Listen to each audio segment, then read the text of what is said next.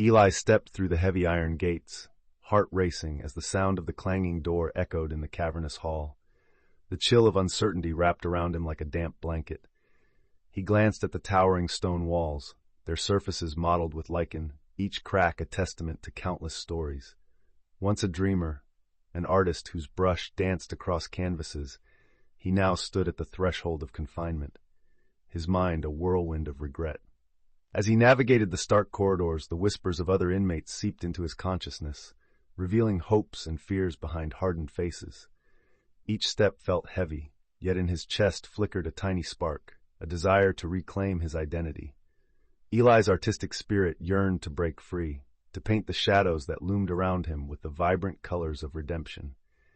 It was here, amidst despair, that he began to discover the boundless potential of human connection. Mara sits on the worn bench in the exercise yard, her gaze tracing the outlines of the mountains beyond the prison walls. Time has sculpted her, each year carving deeper lines of wisdom upon her face, telling a story of youthful rebellion and the heavy price of freedom lost. As she recalls her past, parties, friendships, and the thrill of living without a care, her heart aches for the girl she once was. The laughter of new arrivals like Eli echoes in her mind, reminding her of the innocence that now feels foreign in this stony landscape. In her solitude, Mara finds connection with fellow inmates, the bonds forged through shared pain and understanding. Together, they create an unbreakable network of support, proof that even in confinement, hope can flourish. She knows that every soul here, including Eli, carries the potential for redemption, waiting to be unlocked through friendship and the warmth of shared dreams, even behind bars. As the sun dipped below the jagged peaks enclosing the prison, Leo settled onto the worn bench in the courtyard, shadows deepening around him. Once a feared gang leader, he now embraced this quiet space for reflection, his mind swirling with remnants of a fragmented past. Memories of violence and betrayal haunted him, flashes of a reckless life shaped by choices he could never undo. In group therapy, the vulnerability had been a revelation. Confronting those he'd hurt, admitting his flaws, had unearthed a well of remorse he didn't know existed. With every session, he forged an unexpected bond with fellow inmates, finding solace in their shared stories of regret and aspiration. Leo began to see glimpses of redemption, a horizon beyond the bars. Knowing the power of forgiveness, he poured his heart into each word, a brave attempt to transform the narrative of his life. In the stillness of the prison night, hope seeped into his world, slowly illuminating the path toward the man he yearned to become. Tariq leaned against the cold stone wall of his cell, the rhythmic tapping of rain against the bars echoing his inner turmoil. With a pencil in hand, he scribbled lines that danced in his mind, transforming anguish into verses, his only escape from the confines of this place.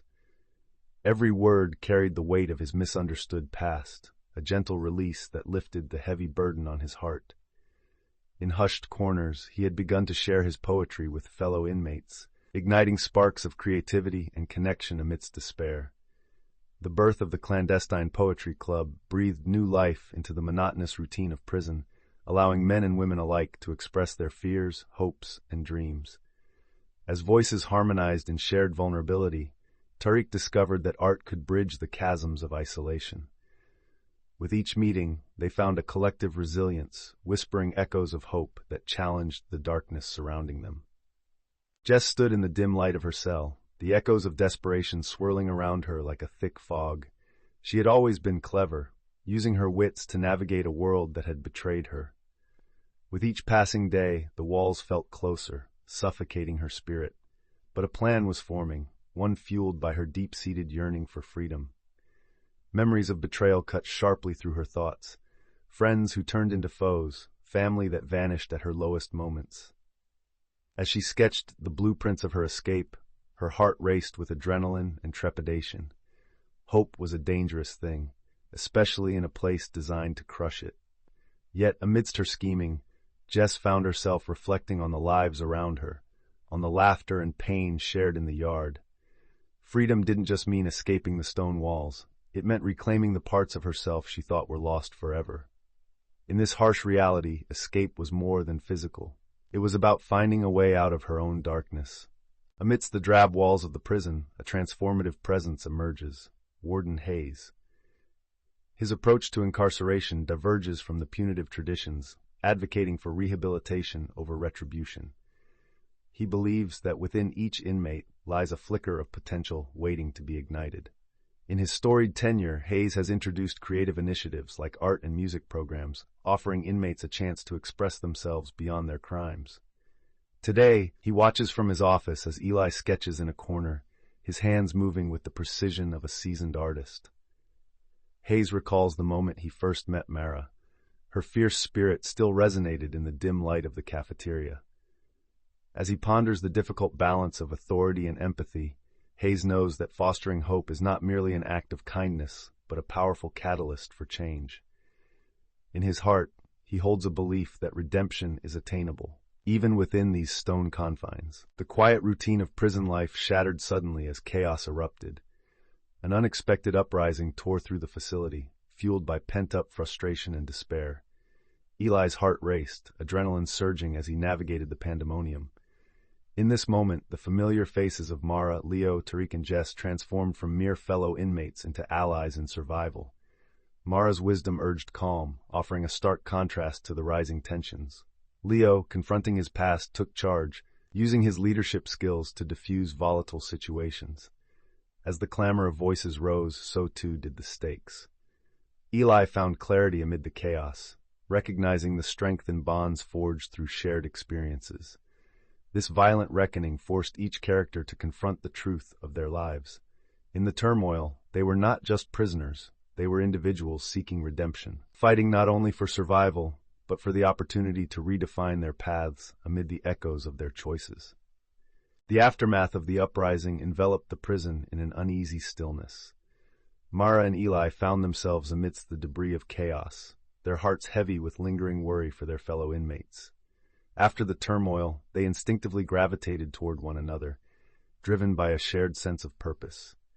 As they gathered their thoughts, Mara proposed a healing circle, a safe space where inmates could voice their fears and hopes. Eli, inspired by her resilience, offered to create meaningful art to accompany their words, believing that creativity could act as a catalyst for healing. Together, they spread the word, inviting inmates to share their stories. The first gathering was filled with tentative glances and hushed voices, but as the hours passed, vulnerability took over. In a world meant to isolate, Mara and Eli witnessed the formation of a community. Each confession carved a path to understanding, illuminating the power of connection and compassion even in the darkest shadows. Jess paced her cell, the shadows of her past dancing on the stone walls. The recent uprising had unsettled her. It changed the landscape of their shared reality. As she meticulously mapped out her escape plan, her mind spiraled into uncertainty. The thought of risking everything weighed heavily on her conscience. Could she still justify her pursuit of freedom after witnessing the chaos and pain inflicted upon her fellow inmates? Eli's reflections echoed in her mind. Freedom meant different things to different people. For Eli, it was the chance to paint again, to bring color to a life painted in shades of gray. For Mara, it was the hope of connection, a flicker of understanding amidst despair. Jess grappled with the moral implications of her choices. Her longing for escape clashed with the bonds she had forged here, compelling her to reassess what freedom truly meant in this prison of both physical bars and emotional confinement. Tariq stood at the helm of the makeshift poetry club in the prison library, his heart racing with excitement as he prepared for an influx of eager voices. The uprising had left scars, but it also ignited a flame of resilience among the inmates. Today he welcomed a diverse group, men and women who had once felt silenced. With each line of verse they shared their struggles, their dreams, and the haunting shadows of their pasts. As the meeting unfolded, the room filled with a symphony of emotions, from the raw pain of loss to the sweet inkling of hope. Eli, inspired by their courage, captured their stories through his artwork, each stroke echoing their unspoken words. This growing community stirred a quiet revolution within the walls of confinement, proving that even amidst despair, creativity could pave the way toward healing. Together, they found solace, transforming their trauma into powerful expressions of resilience and solidarity. The yard buzzed with tension as Leo stepped outside, the weight of past mistakes heavy on his shoulders. His old gang members gathered at the far end, their laughter echoing against the cold stone walls. Each chuckle felt like a reminder of the chaos he once thrived in, a stark contrast to the man he was striving to become. Taking a deep breath, he approached cautiously, the memories of their camaraderie pulling him like a magnet. "Look who it is," one of them sneered, crossing his arms, eyes glinting with challenge. Leo felt a surge of guilt wash over him, but it quickly morphed into a resolve. "I'm not that person anymore," he found himself saying, his voice steady yet vulnerable. As he faced his past head-on, the realization dawned. Forgiveness wouldn't come from running away, but from standing still amidst the shadows of regret, ready to confront the demons he once embraced.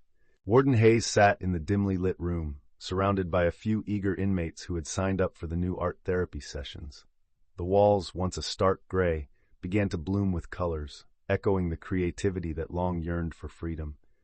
He encouraged each inmate to delve deep into their emotions and paint or craft their truths. As brushes glided over canvas and clay molded into form, the air thickened with vulnerability. Eli, inspired by the raw energy of the group, poured his heart into a mural that depicted their shared hopes, an ethereal world beyond the bars. Mara, sitting nearby, found herself sketching the pines that surrounded the prison, each stroke reflecting a fragment of her lost youth. As stories unfolded through art, barriers began to crumble, and laughter echoed where silence once reigned. Each creation became a testament to their resilience, paving newfound paths toward healing amidst the prison's oppressive aura. As the days unfolded in the wake of the uprising, the atmosphere within the prison shifted noticeably. A palpable sense of hope replaced the tension, as inmates began to respond to Eli's artwork. He had started displaying his pieces throughout communal spaces, vibrant bursts of color against the stark stone walls. Each mural represented a fragment of the stories shared by his fellow inmates, weaving their struggles and dreams into a visual narrative that connected them all. Mara, inspired by Eli's creativity, organized gatherings where inmates could share their stories alongside his art, fostering a sense of unity. Laughter echoed through the hallways as individuals who had once felt isolated discovered shared experiences. The once divided community began to heal, realizing their collective resilience. Eli felt the weight of purpose settling upon him. This was no longer just his art. It was a beacon of hope, reminding everyone that even behind bars, they could shape their destinies and embrace redemptive change.